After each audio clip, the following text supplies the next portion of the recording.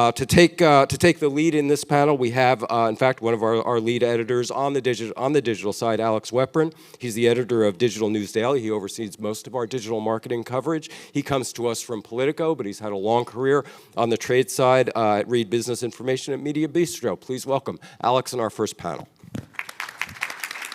Good morning. Happy to be here. So I'm really excited to be joined by Kimberley and Monique. I'm going to let them introduce themselves, and then we'll kind of get into the conversation about Tier One. Note that we're going to have a couple minutes at the end for questions. So first, I guess, yeah, if you could introduce yourselves, and then we'll get into it. Cool. Good morning. How are you guys doing? Yeah, you sure? Should I make you say good morning back? Good morning. Oh, weak. You guys are advertising media folks? I don't know. I could do better than that. That'll come later. I'm Kimberley Gardiner. I'm the Chief Marketing Officer and Vice President at Mitsubishi Motors North America.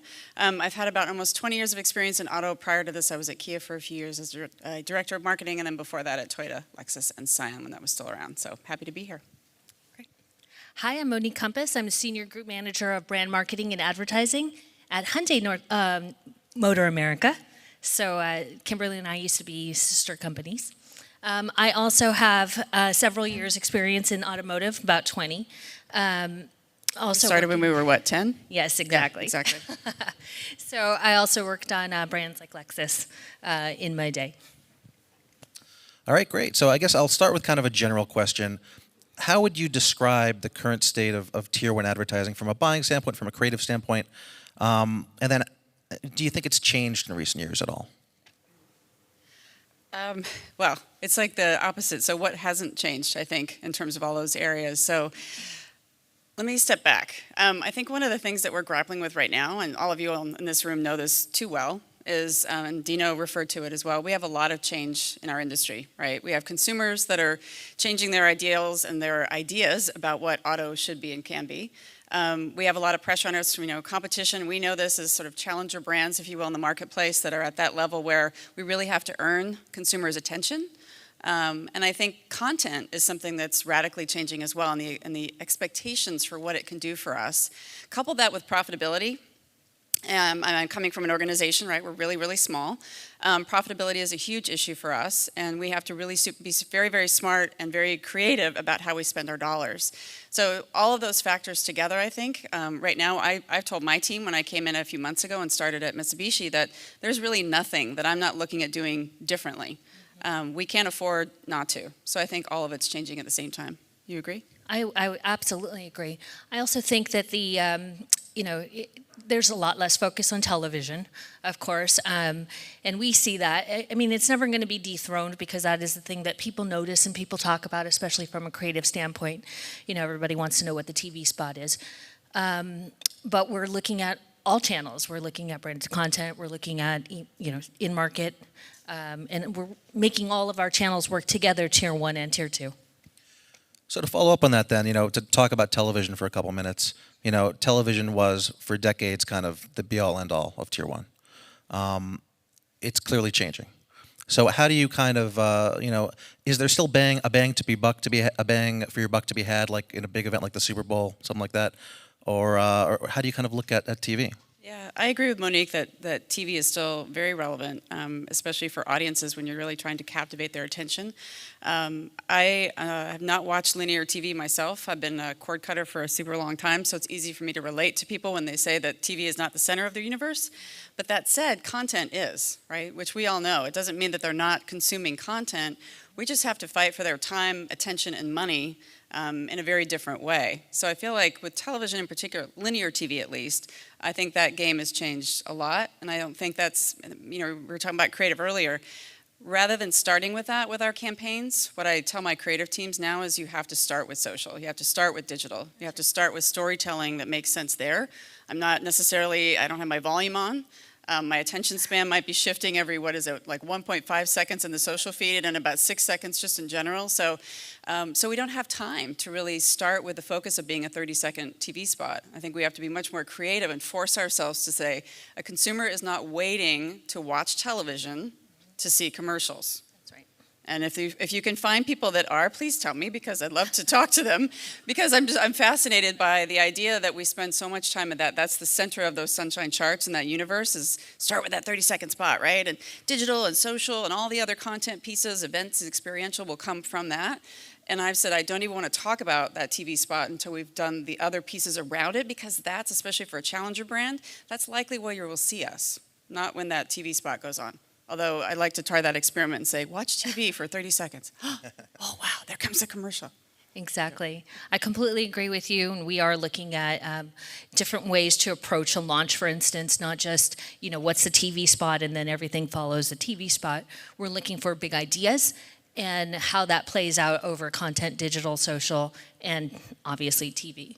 But one place where people are looking and waiting for the commercials is the Super Bowl, so I can maybe answer that part of your question.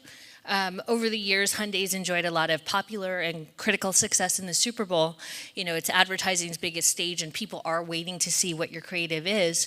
And as advertisers, we all want to make people laugh. We want people to love our commercials. But if we're not at the same time telling them something about our brand or about our product, it's very irresponsible. It's a lot of money that, we're putting out there.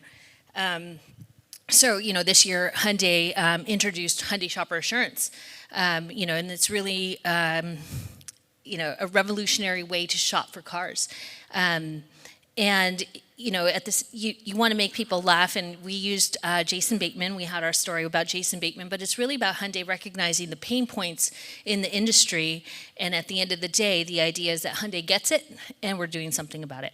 Yeah, and kudos to you, because I think that was an awesome step forward. I love the root canal and the different floors that you go down. It's like the talk and that kind of thing. Exactly. So I think that's where we're going to get people's attention in our industry, at least right now. So one of the issues around TV is around connected TV, over-the-top TV, the way people are streaming, television now. You're a cord cutter, so you're certainly familiar with that. One of the advantages, there are advantages from a creative standpoint, because you could certainly structure stories in different ways that you couldn't on traditional TV. And there are ways from a buying standpoint, because you can target specifically families that maybe are looking to buy an SUV. So are there opportunities kind of in this new TV streaming environment that weren't really possible before from a creative standpoint or a buying standpoint? Yeah, absolutely. And I think, too, again, with very limited budgets, OTT, advanced, or addressable TV, streaming, I think there's a lot of opportunity to be smarter about the dollars that we're spending. But most importantly, the trade-off between, do I spend more money in those areas, because they tend to be more expensive per interaction, versus broadcast, traditional TV, but at the same time, I'm actually reaching an audience that I care about. That I know is actually interested in something that I'm selling, that can actually, take that next step. So we're grappling with that in terms of, do we do, still the broader messaging with broadcast and linear TV and stay there just because we want to capture your attention early in the shopping process? Most people, when you ask them if they, what are those 4 or 5 brands that are top of mind, right? Mitsubishi's not going to be one of them. The question that I get a lot is, oh, Mitsubishi, you guys are still in business? Wow, that's great. So we have a big challenge that's kind of unique for us. That's a lot different, I think, than my past brands, but at the same time, that's a really exciting opportunity. So in other words, we really need to focus on, dynamic creative, really customized creative in environments where we know we're speaking to the right people. It may end up costing more per interaction, so to speak, per CPM, but I think at the same time, it's much more effective for us. So we're going to look at a pretty decent radical shift over the next couple of years in those areas, and you'll see more from us, especially in streaming and addressable. Okay. No, go ahead. All right. So when you think about, to return to the topic of content, when you kind of think about the campaigns, when you're thinking about developing the campaigns or planning the campaigns, do you kind of look at social, digital, and TV, streaming, and linear all at once? And do you develop a story or content that would fit into all of those buckets of content? How do you kind of begin that process to do that? Yeah, I could take that. A recent example would be our Santa Fe launch. These days when we go out and we shoot, we're not thinking about what, deliverable of 30-second TV spot. We're actually thinking of capturing content that we can use as a toolkit. So we're cutting multiple TV spots, we're cutting our YouTube videos, we're cutting our in-market videos, all from the same, film. And, we're using it to tell different stories. So, at broadcast level, we might be introducing the car with a story, because, at the end of the day, if, we look at all kinds of tracking for our advertising effectiveness, but, you're looking at, is it delivering information? Is it, driving people to go to the dealership? And you find that, you can put a lot of product information in a TV spot, but if people aren't watching it, if it's not capturing their attention, if it's not likable, then your message is lost, because it's not being seen. So when people are doing a forced watch, they might say, yeah, it's delivering on the information, but at the same time, you've got to grab their attention with the story and make it emotional. So we'll start off with a spot that does that, and then as you move through the funnel, your content has more product information, and we're hitting on messages like quality and safety and things that actually are going to drive consideration. And then, it gets actually more focused as you go down the line. And we're actually working on a campaign now that we're going to be launching in the next week or two. We're going to start social and digital first, and then we'll go to broadcast, linear TV, et cetera, next month. But the brief for that was basically, again, don't start with the 30-second TV spot. We sat down with our partners at Facebook, Instagram, Google, et cetera, to have our creatives work alongside their creative shops. And I think this is something, obviously, that many of you in this room offer now with your clients, so to help them figure out what's the right way to make sure that they drive engagement within your channels. And I said, I want it to be a message that's captivating if I literally only have your attention for about 1.5 seconds. So, and all the creative elements around that are very modularized, so we can use it for a brand perspective, we can use it from a retail perspective, we can repurpose those assets and use them throughout the year. And again, sound off, right? So I get the message. If I'm just sitting here with my phone watching a YouTube video, I understand clearly what you're trying to communicate with me without having to turn my sound on and engage like you would with a full attention span. So. Exactly. Do you have to approach, given that Mitsubishi is trying to make a renewed push for the market, how do you kind of factor that into when you plan the campaigns?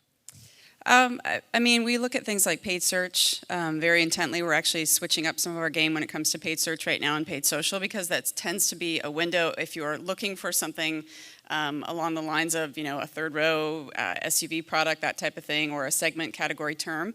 That's likely where you'll find us, and you probably see some of the same, I'm sure, with, in our past experience, mine at Kia, and definitely at Hyundai. If your brand's not top of mind, they may not be looking for you. We want to make sure that that is something that we can capture that and retarget you and talk to you about, hey, you might want to look at Mitsubishi, we have a great product. So I think paid search and paid social are areas where we're really very protective over, and we have to, make some of those trade-offs. So. And to turn to digital for a second, certainly for younger consumers, they're spending far more time on mobile, on social media, on digital platforms. How do you kind of view digital platforms in general when you think about a campaign, when you're planning a campaign? Well, after this, I have to run over to the Hyundai booth because we have 2 exciting reveals. And they actually have 2 very different audiences. They come to market at the same time. And normally we would try to push one a little bit further because we don't want to be launching 2 cars at the same time. But because they have 2 different audiences, we're going to do one that has a more traditional launch that includes television, and then we'll do another one that has more of a focus on digital and social content. Right. That's really interesting. So you would, 2 different models. One model might have a real focus on digital. The other one might have a more traditional focus, depending on who the target buyer could be. Correct. Yeah, we did the same. We always start with who the target buyer is, and if they spend more time in one place versus another, that's where we need to make sure that we know we get in front of them for sure. Sense. Mm-hmm. What role do you think agencies play in the current marketplace? Because I know some companies have in-house teams, some companies really rely on third-party agencies. Where do you kind of see that right now? Yeah, I'm somewhat smiling, as we talked about before. So this is another one where I'm pretty bullish. And many of you that are in this world and have been in this world for a while, there's a lot of talk about agency models, about FTE models, about how do we challenge our agency partners in different ways. I firmly believe that the model that we're creating right now is something that has not yet been done exactly in the combination that we're doing it in. Because we only have Tier 1, we have Tier 3, we don't have Tier 2. We're having to reinvent a lot of things that we're doing anyway. It doesn't mean that we don't need to do regional advertising, for example. We just don't have that infrastructure. So we're looking at bringing on a retail agency partner to help with our Tier 1, to help with our content. We're looking at pulling content content more in-house, so to speak, kind of, with a couple of key partners. And I think we're really going to challenge the FTE model because, again, for a small brand like ours, we don't necessarily need that FTE level of support year-round in the same way. And I don't know about you, but I'm not sure if I know, what am I getting when somebody gives me 0.15% of their time, or 0.05 or that type of thing. So I'd rather have fewer people working on our business that are really passionate and really driven. And I think that agency model, I think, will really radically change. So. Right. And, at Hyundai, we work with our agency in Ocean. It's not exactly an in-house agency. It's a part of the larger parent organization, however. But the Hyundai team is just so lean. Our marketing team is pretty small. So the agency really is an extension of our team. Our partnership is very strong. One of the opportunities that digital presents is kind of formats that just weren't possible, in print or TV.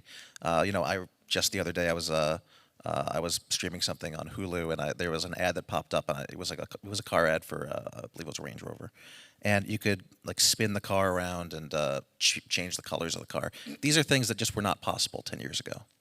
How do you kind of figure out what opportunities are relevant for you and your target audience, and how do you take advantage of that? I was going to say real quick, and then I'll let Monique jump in, but part of the challenge that I was referring to earlier is that, as the consumer's view of cars has completely, a lot of times, changed, that's not the center of the universe. Really, their phone is. When I ask people, which one would you rather give up, your cell phone or your car? Most people say, definitely my car. You can, as long as I have my cell phone ready, I can find a car. I think that, with that in mind, it's not very productive anymore for us to just think about brand advertising, here's our product, and then treat the shopping experience or the learning experience about a vehicle differently. And I know Monique and I were talking about that earlier, that we both agree on this pretty strongly. It's not two separate paths that people should be taking. I think we need to do a better job of leveraging some of those creative units like you were just talking about in digital to help people follow whatever process they want. Right? It's what do you want to know about the vehicle? What about the features? What about things like that? So the more we drive flexibility within our creative units, so it's not just, should I buy this car or that car, but help me feel like I can get behind the wheel of it, and what about the technology in it? And how does my phone plug into it, and what does that look like? I'd love to see that as one full experience. I don't know about you, but I don't have the time or the attention span to go to 5, 6, 12, 15 different locations. I think there's now 114 or 128 different parts of that path to purchase. We're asking consumers for a lot of their time and a lot of their attention. So I think the more clever we can compact some of that together when it comes to those paid advertising moments, I think that's really smart. We just want to make sure that consumers look at our industry as easy to work with and easy to interact with. Yep, that's right. And you're right, Alex. It's changing so fast. It can be hard to keep up, but it is important for us to have an open dialogue with our partners like Google, YouTube, Facebook, Instagram, Hulu, right? So that we're coming in and we're learning, what are the new capabilities, what are the best practices, and just testing and learning. From a storytelling standpoint, one of the things that's really changed over the last few years are short, 6-second video ads. It may have started with YouTube or Snapchat, but it's even migrated to television. Can you tell a story in 6 seconds? Can you impact? Can you bring out some emotion in a consumer? And when you're dealing with creative that it is something that's far shorter than what once was. I think part of the trouble, the hard part is, again, our mindset is, coming from a 30-second TV spot, how do you start from there, and then how do you make that now a 6-second piece or even less than that? I was just having this conversation last night with with our agency about that, and they were saying, 6 seconds, that's going to be really, really tough. It's even hard to put it into 30. What are we going to do, KG? Or 15? And I said, we're looking at it the wrong way. I don't, it's not like digital is built necessarily for long-form storytelling within a paid advertising environment. So I feel like we need to figure that, yes, you can tell at least a snippet of a story, right? Just enough to catch your attention, enough to get you interested in something. It doesn't have to be the entire story about why I'm choosing this car and all the great, wonderful things that it will do and where are the places you can go. And I don't know if that's what people are looking for in terms of that interaction at that moment anyway. There's plenty of other places where they can go with our websites and other channels to learn and explore more. Exactly. We're not trying to tell a story in 6 seconds, but we are trying to catch that attention, whether it's with beautiful film, but it's more about the message and understanding the context of where you are and what people are looking for at that given time. All right, Great. We'll take a couple questions from the audience. There's a microphone over there.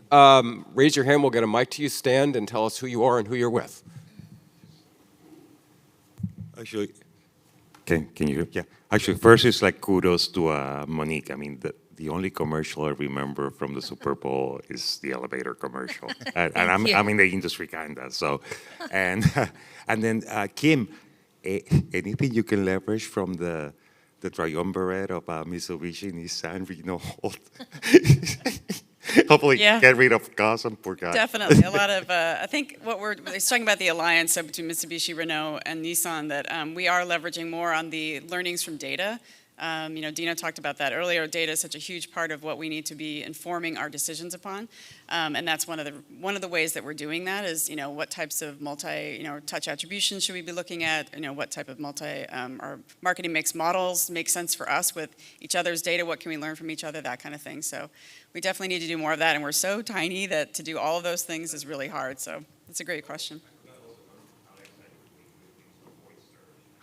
Yes, thank you. Yeah, super clever. I agree. Could you drill a little bit into your, since both of you have brands that you're going sort of almost social first with, could you tell us about what the creative strategy is with that channel? How do you build brand and get attention when you don't have that big screen, when you can't show, the customer on a balloon floating into the air? Or maybe you can and it has an impact, but how does that change the creative strategy? How do you actually build a brand within those, within the small scrolling screen? I honestly, this is something that I've talked about more and more since I came over to Mitsubishi, again, because we need to think very small but big at the same time. Look at D2C brands, right? Some of the Warby Parkers, Pelotons, Away, Everlane, et cetera. As inspiration for you absolutely can, I think, tell a story. You can get people's attention, and it doesn't need to necessarily tell the entire story like we were saying before.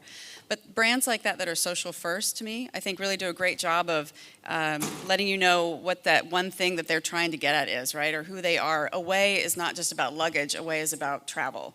And Allbirds are not just a pair of shoes, but there's a whole ethos and a whole story behind them. I get that really, really quickly in just a tiny little scroll. It's like that, we all do it, right? Our Instagram feeds and stuff, you're like, oh, what was that? Back up and down kind of behavior. And if something catches your attention and you go, oh, that's interesting, I wouldn't have thought about that. And I love seeing that from challenger brands like that. So I tell my agency, look at direct-to-consumer brands. Look at those brands that don't have much money, that aren't well known, that are trying to take on a whole entire category, and figure out how they're able to do that within that social first kind of world. Yeah, and I think ultimately what we're trying to do is build a relationship with the people that are coming to our channels. So, we're trying to tell a story, we're trying to engage. It does give us the opportunity for longer form content. But, hopefully we're telling, good stories and giving content that people enjoy and come back for more. Here, I've got a mic for you. Here. Ooh, all right. Tell us who you are and who you're with. Hi, my name is Sam. Kim, I have a question for you. You mentioned that the flexibility that new media units provide have been great because they allow you to showcase your product in ways you haven't been able to do before. 360 video, AR in particular.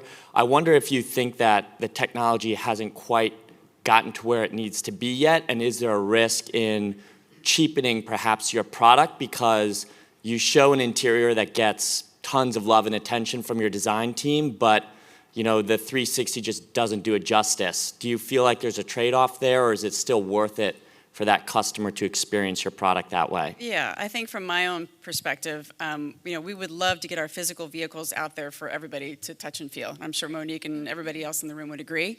There's nothing better than saying that. And in fact, again, with a challenger brand, you sit behind a Mitsubishi or in the back seat, and this happens to me now all the time, and people are like, wow, crap, this is a Mitsubishi. I had no idea. First of all, I've never been in one, or if I have, it's been a long time. I had no idea the quality. It's really hard to communicate that in a VR, AR experience of almost any kind, even though it might be very, very realistic. But the reality is that's very expensive. It's really hard for us to get people in our vehicles at scale where we can really do that effectively. So there will be some trade-offs for sure. But the thing is, I just want them to get a little taste of it, get enough just to say, you know what, the next time I see one on the road, I'm going to check it out. And I would say that the CG capabilities and the AR capabilities in the past year have increased exponentially. You head over to the Hyundai booth, you'll see some of our footage and some of our photography, and I would challenge you to point out which ones are CG and which ones are practical. Other questions? Are you guys still awake? You're okay? I know. Or coffee. I guess I'll end with a question. I know it feels impossible to predict the future in the current media environment, but, how do you kind of see Tier 1 evolving over the next 5, 10 years? What changes do you think could happen? That's a very broad question. I mean, I think, for us, it's not just looking at broadcast. It's, a mix of, building the brand and targeting our in-market consumers. We're not just, brand building, but the fact is that we have to do both at the same time. And it's not just the one thing, it's not just the television, but it's everything, it's all of these channels. So putting our Tier 1 budget into all of these different channels so that we are making it work in concert. The other thing that we're doing, or we're trying to do, is collaborating closer with our Tier 2 so that, we're more effective with our messages across the board. I predict in 5 to 10 years there will be no more Tier 1.